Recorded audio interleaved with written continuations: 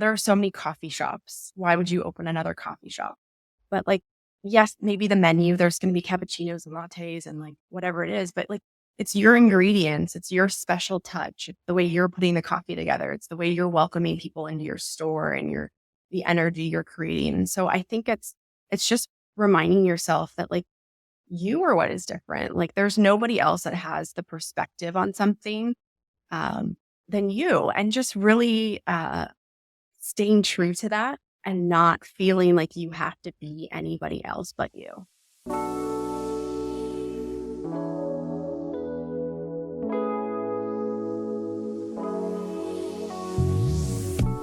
Megan Roup, welcome to the show. Thank you so much for joining us. Thank you for having me. I'm so excited to chat.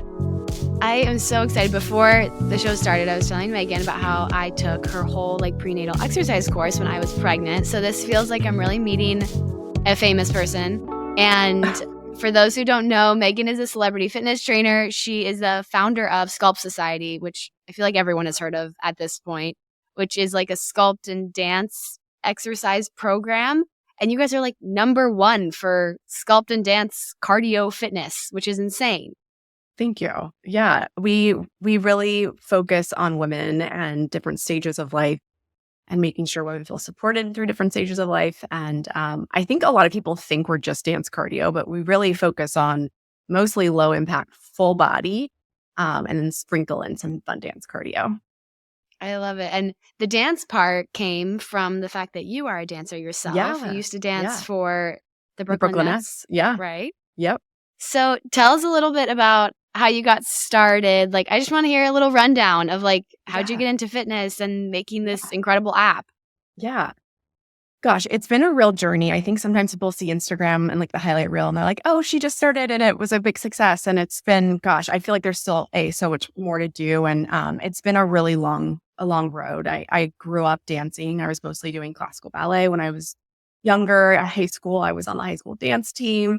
And then in college, I actually decided I wasn't going to pursue dance. And I ended up going to Cal Poly in San Luis Obispo for my freshman year. And it was a really big deal. I think a lot of my peers obviously were following in like the wanted that regular college experience. And I had never really seen a path forward with dance. I don't think my parents, they immigrated to this country. And I think it was always kind of not intentionally, but they wanted a clear career path for me. And I don't think they saw that in dance. And so, I went into that year thinking, my dance, career was kind of over. Not that I thought that I would have one, but just like that chapter of my life was done.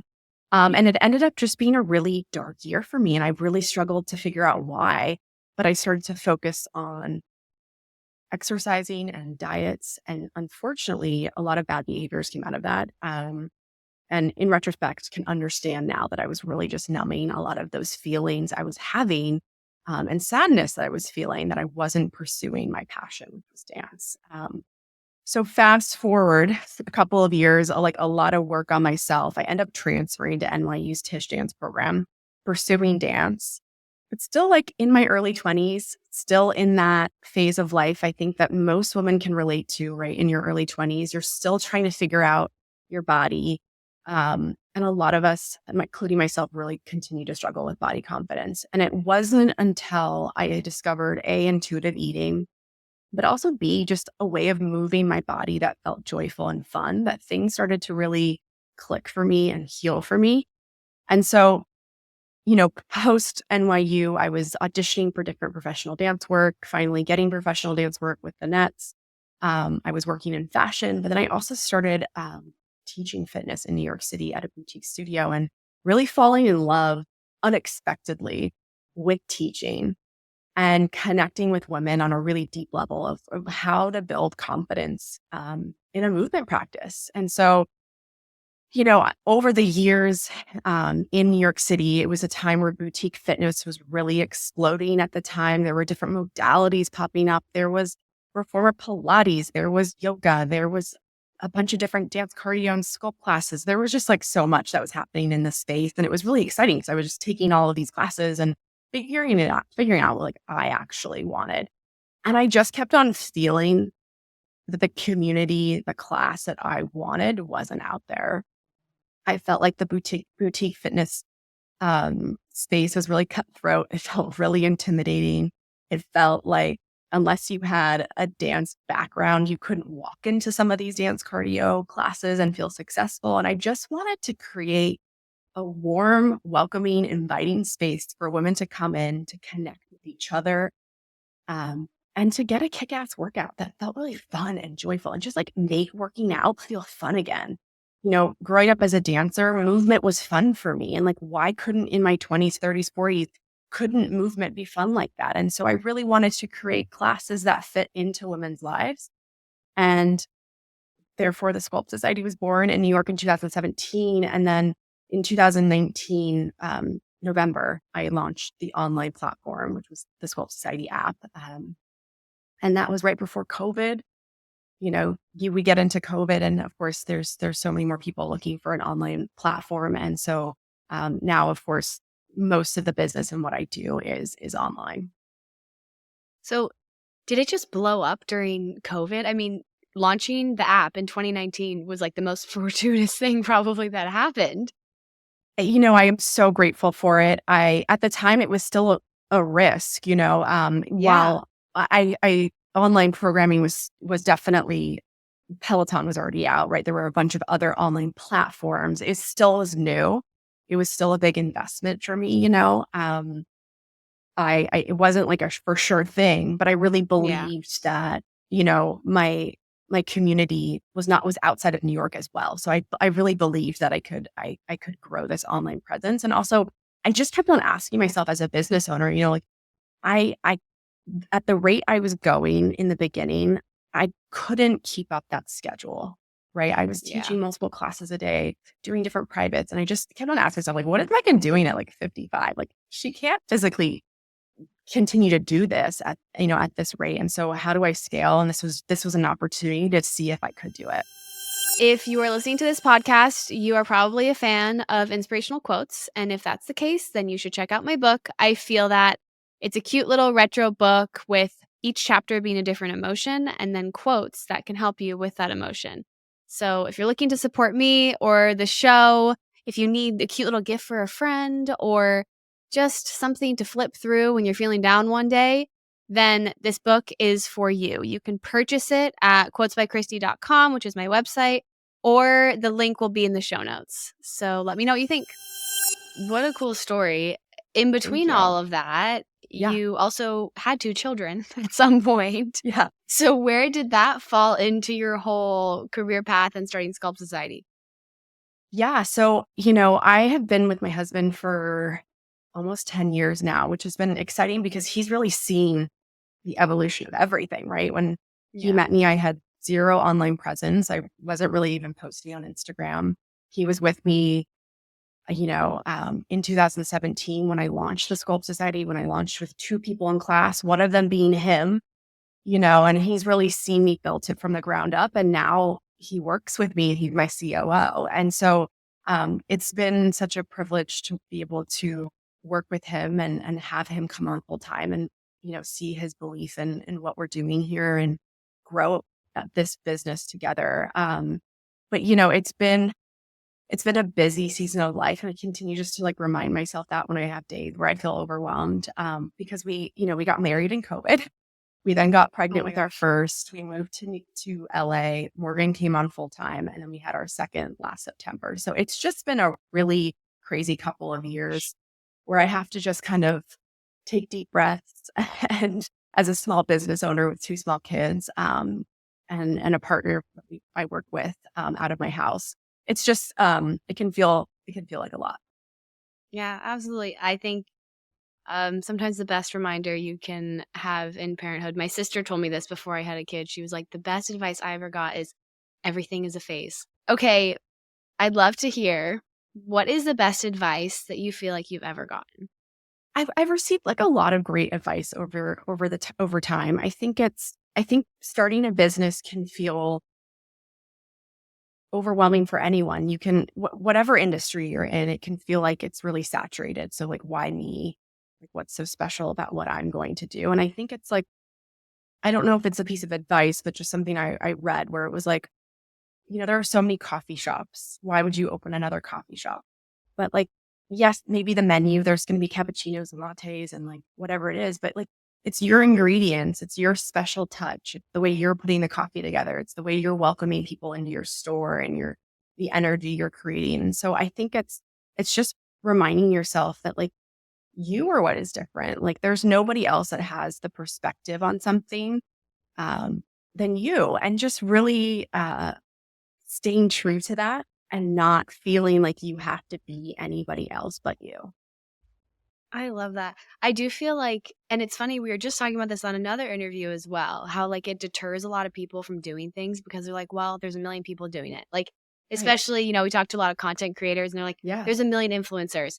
But it's true, like, none of them are you. None of them have what you Yeah. And you offer. think about, I mean, how many people are in this world? Yes, there are a lot of Yeah. content creators, but there are a lot of people in this world, and a lot of people want to hear from you and your perspective. And also, like, you don't need to have everyone like you. I think from coming from someone where that can be important to me sometimes, where I feel like I want to people please or I want everyone to like me. It's like, I can just speak my truth and be who I am. And the people that are going to want to, or that are going to resonate with that will find me. And that's okay if, even as a content creator, I get the unfollows. Like that's okay because those people aren't Yeah. resonating with me and what I have to offer. Yeah. Do you have a point in your life where you feel like you finally like I think a lot of people have a tipping point of like they care, they care, they care, they care so much it like takes over their whole lives how much they care what people think, and then kind of at one point they're like, I just can't do it anymore. Like, was there a tipping point for you? I think social media really gets you there fast. I would agree with that. I think in my early 20s I cared a lot. I think something that's beautiful about your 30s is, at least for me, I've found a lot of clarity in my purpose and my perspective and where I see it that I'm going. And I really have put a lot of blinders on um, because there are a lot of people out there, and I just have to continue to remind myself to show up authentically. And I know people use that word all the time, but I think the best thing I can do is just show up as I am, and build my community of people who want to be with me. Yeah. Are there like specific ways that you found you're able to do that better? Like, I think you're like you come off very authentic on social media, like on your platform. How do you feel like you've been able to do that so comfortably? Honestly, I think because I see other creators doing it. That's inspiring to me when I Love was that. first starting, and I always think about like who are the people I like to follow. I don't love to follow people whose lives look like perfect and curated and like with a Yeah. filter on. That just isn't my life. It's not realistic to me, and so to me it's harder to show up inauthentic. Um, I am not someone who is like dressed perfectly every day. So like it would be hard for me to do that. And so it's much easier for me at this point in my life to get on and say, hey, I'm having a hard day, or you know what, my 3-year-old, we're in like a tough phase right now. Anybody else that out there going through it, and just kind of building community that way. And I've also found with vulnerability and opening up really, especially around motherhood and pregnancy and postpartum, just the highs and lows of that journey. Um, I've also just received so much from my community. And I think when you see that and Yeah. you see, when you are vulnerable and you do open up and you receive so much great feedback and connection with other people, it feels a little easier to continue to do that too. Yeah, absolutely. It's the fuel you need to keep sharing. I Yeah. completely understand. Do you have a lot of your work, clearly, a lot of your whole goal with your platform is to like inspire women, I feel like, to feel more comfortable in their bodies and to love their bodies. Yeah. Do you have a best piece of advice you feel like you've gotten about body image or like feeling more confident in yourself? I just think for so long in my early 20s, I was striving for this certain body aesthetic, right? Like these, I don't know, maybe it's the millennial in me, but like that I grew up with like these models, right? And like I am 5'6". Like I cannot change. There are certain things that I cannot change. And am I gonna live my entire life trying to be happy at a certain goal weight or a size or aesthetic? And I just got to the point where it felt exhausting. And I just wanted to love what it was that I had. And I think once I was able to shift that, and I know it can sound cheesy, especially if you're in it on the other side, but when I was able to shift and appreciate and not try and change myself every day when I was working out and just show up in a way that was going to energize me or make me feel a little less anxious or stressed. And it wasn't about like creating a thigh gap or six thigh gaps and just like shifting that internal thought and how I felt about myself and my body and like what I was telling myself on repeat over and over again. And really like believing that I was enough. Like those were the things that honestly, it feels like freedom. I'm so almost like emotionally disconnected from how I was in my early 20s, which was I was holding on so tight to diet culture and looking a certain way and eating a certain way. And I was so wound up. And I think it wasn't until I actually just let it go and allowed myself to be and appreciate who I was and how I looked and what all the things that my body did for me that things actually just my body was like took a big breath. Yeah. No, I mean, it's a book, but it's also a phrase I love, like the body keeps score. And I feel like Mm, people just don't realize how much your mental health and well-being also affects like your whole body in a yeah, systemic way. And yeah, I mean, like you said, every woman I think has been there in their 20s, maybe still in their 30s, 40s, 50s, of just like working ourselves into the ground. You know, it's like the more we sweat, the better, the less we eat, the better, the thinner yeah, we are, the better. And I do think you get to a point, and to me, also like pregnancy was really transformative in that way because you just realize. I told my husband, I was like, for the first time in my life, the goal is not to be skinny. And like as mhm, a woman, it feels like that's your goal I all the know, time. I know. And yeah, and I'm really intentional, within the Sculpt Society about like the words that I'm using as I'm teaching, right? We're never talking about like a thigh gap or six pack abs. Well, like, yes, you're going to get results when you're consistent with movement, but showing up to feel stronger, to take up space, to be big, to, just those little things that I think do creep Yeah. in with repetition. That's been really exciting to hear from my community of just like how transformative those small shifts of like words have been even for Yeah. themselves, like, they'll start to feel those mantras seep in. I think too, maybe not a mantra or a book that changed my life, but a phrase, but a book that changed my life was Women, Food, and God by Janine Roth, Hmm. which for me in my early 20s, I was on that constant hamster wheel of yo-yo dieting and binge eating and yo-yo dieting and restricting. And so reading that book, and that was like the first introduction I had to intuitive eating, which then also has turned into intuitive movement. Um, that was transformative for me and just feeling some sense of freedom around food and exercise. Yeah, absolutely. And I mean, I just think it's such a beautiful thing you're doing because I also just always think to myself, like, imagine what more amazing things all the women in the world could be doing if they have the mental energy freed up from just obsessing over the way we I look, always say you that. know? I think about the wasted time and energy, honestly, the years of Years of our lives. mental Yeah. space that I wasted thinking about this. And it makes me really sad.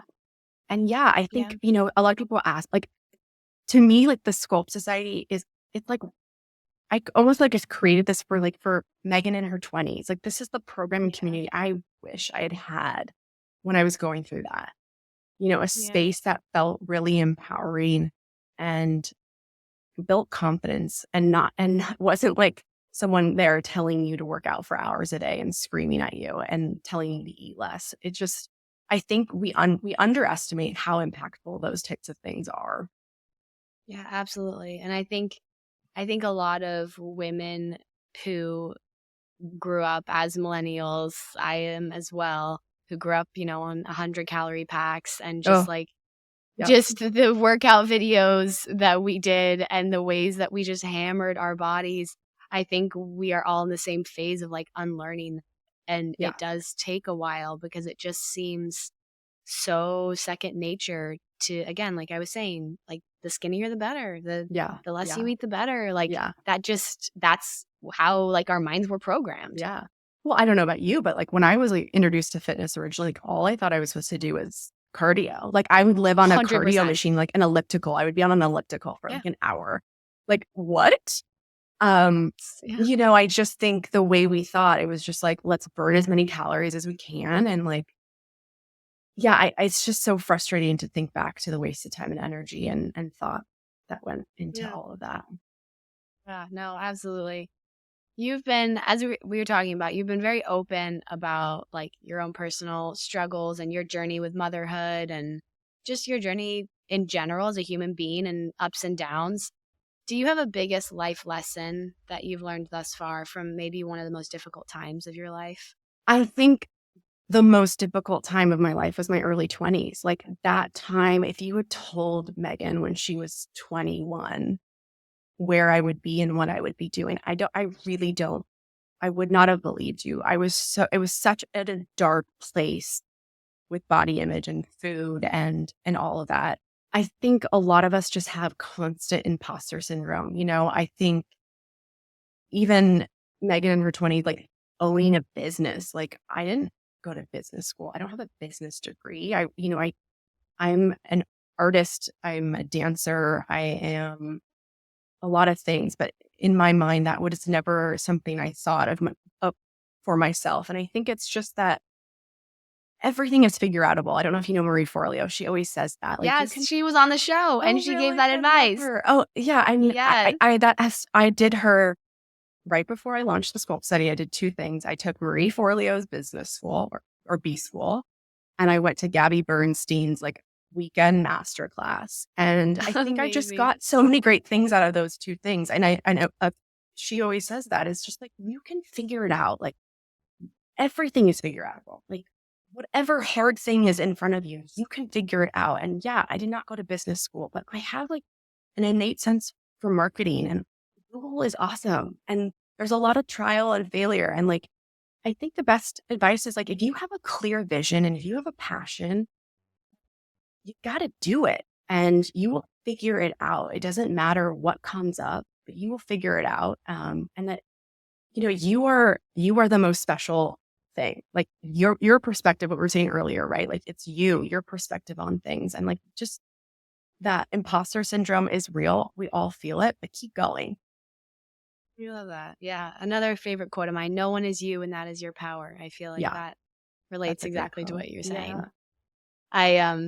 Were there times though, have there been times, I'm sure, as a Yeah. business owner, even as a mom, where something felt like you weren't going to figure it out? Like you were like, this is it?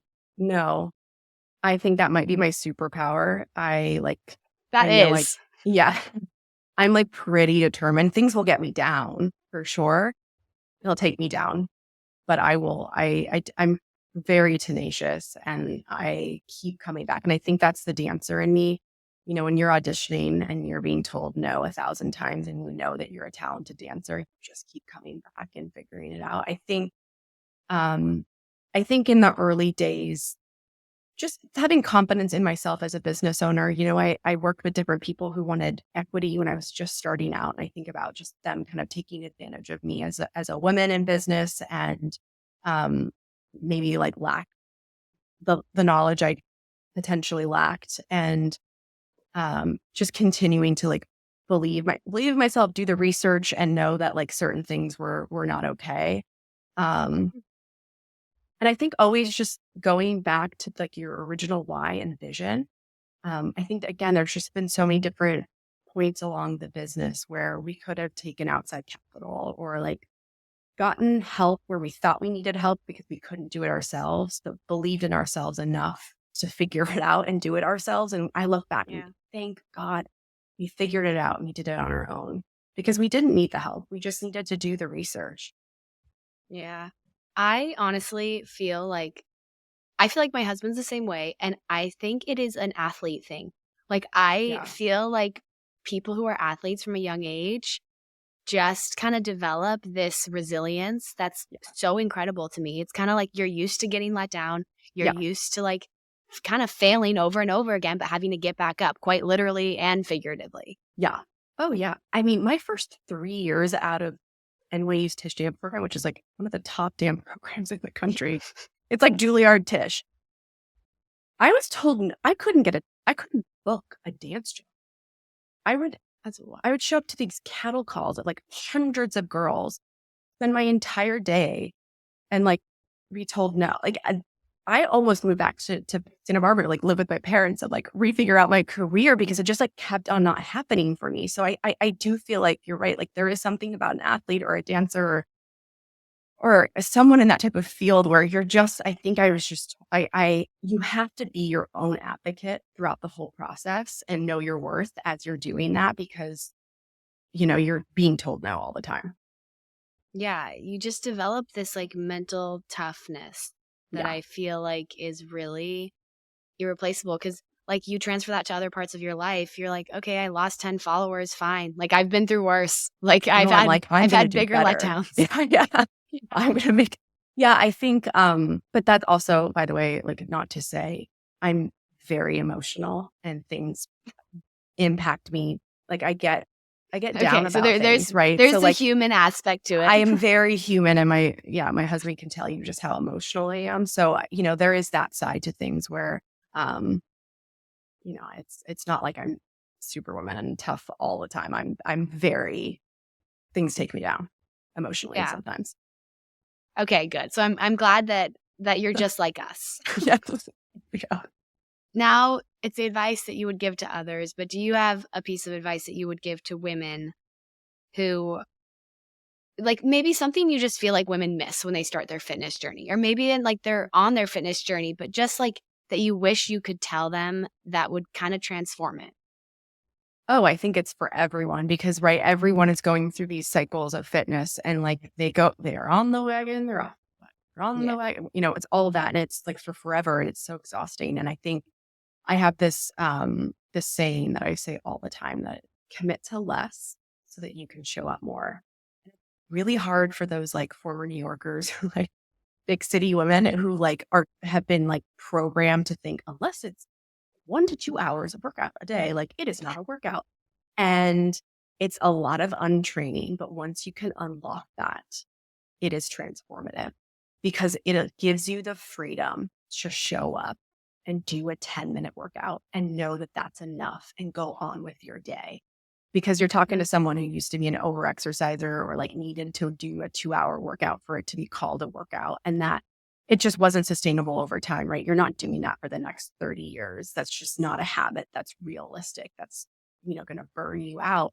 And so I think for me, what's been so transformative is sharing that concept. It's been transformative for myself as well, because I always talk about the impact that just 10 minutes does, right? That energetically shifts how you feel in your body, how you're feeling in your mind. That goes into the rest of your day. That's how it goes into your meeting, your interview, how you're talking to your kids or your partner, your friends. It goes into everything. And so I always say that if you can commit to less to show up more when it comes to your workouts, that is going to build a habit for a lifetime. And that is the secret sauce to fitness, is having a habit around fitness and around working out that you can consistently show up to. So I sometimes feel like it's like handing people a freedom card. Like I'm giving you the freedom to just do 10 minutes. And like, oh my gosh, okay, I can do Yeah. that. And it just allows people to show up more consistently. Yeah, that's really beautiful. I feel like that also transfers well over to like your diet and nutrition. Yes. I always try and think to myself like with different like fads and stuff, I always just get aggravated at them because I'm like, okay, but can you do that for the rest of your life? And I think No, it's the same thing with fitness. Like you have to think to yourself, if you're going to start something, make it something that you can sustain for the rest of your life. And generally, that's going to be just somewhere in the middle. It's not going to I be crazy 5-hour exercises and it's not going to be nothing. I know. Like the middle is where we all have to like live and find ourselves. I also feel like whether it's working out or fitness or working out or nutrition it's just not that complicated. I think we as humans want to complicate a lot. We want to be on a specific diet. We want to be on a specific workout plan. And it honestly, it's about showing up consistently to a workout, whether it's 10 minutes, 30 minutes, whatever you can fit in. And with Yeah. food, it's just simplifying it. It's the goal of eating whole foods, make you feel good, that energize you. Yeah. And it's not about being on some crazy restrictive diet. But I do think in our society right now, it's like right now or for the last 50 years, it's like this need to be told exactly what to do. And that really has desensitized like what foods actually make you feel full or Yeah. energized, or what foods actually make you feel bloated and not so great, you know? And same with movement, right? Like, did that workout actually fatigue you or did it give you energy? Do you need to sweat really hard today or do you actually maybe need to do a gentle workout? It's like those small little things that Yeah. we're not asking ourselves. No, because we've just been taught to ignore them completely. Yeah. Yeah. Yeah, absolutely. Okay, finish us off, but and you've said so many amazing like quotes and mantras, but do you have another maybe quote or mantra that you kind of live by? This isn't like a quote, it's not a mantra. It's just like it to me, it comes off very cheesy, but I think it's stuff I'm working through. I think for me, my current mantra is just that I'm worthy and that, I love that. it can be really simple and impactful. And I think mantras can change depending on like the phase of life that you're in, but just that I'm worthy and I'm enough. And just to continue to lean into the things that are making me happy. That's beautiful. And that's exactly how you're making women feel with your program and with the way that you're transforming the way they think about themselves. So I think that's a beautiful full circle moment. Thank you. Megan, thank you so much for joining us. This was just a wonderful conversation. And yeah, again, I love what you're bringing to the table in the fitness world because I think women have needed this for so long. And so, can you let everyone know where they can go to follow along with Yeah. all of your work and your programs and get more of what I'm sure they want right now? Yes. You can find me on Instagram. I'm at Megan Roup and at the Sculpt Society. You can do a 7-day free trial on the sculptsociety.com. And that gives you access to over 600 on-demand videos, programs, pre-post data, all beginner, advanced. We really had all. Amazing. Thank you again so Thank much for joining you. us. And to everyone listening and watching, thank you for tuning into The Shift. Don't forget to subscribe. Let us know what you think of the episode. And we will see you next time for some more great advice and quotes and all of the words of wisdom you could want. Thanks, guys. Yeah. Hey guys, just to keep you posted, life update, but we are making a move across the country with a newborn baby. And I think life is going to be a little bit too hectic to keep doing the show. So we are taking a break until the end of October, but then we will be back with so many exciting guests we have lined up, so much good content. Stay posted, and we'll see you when we're back. Thanks, everyone.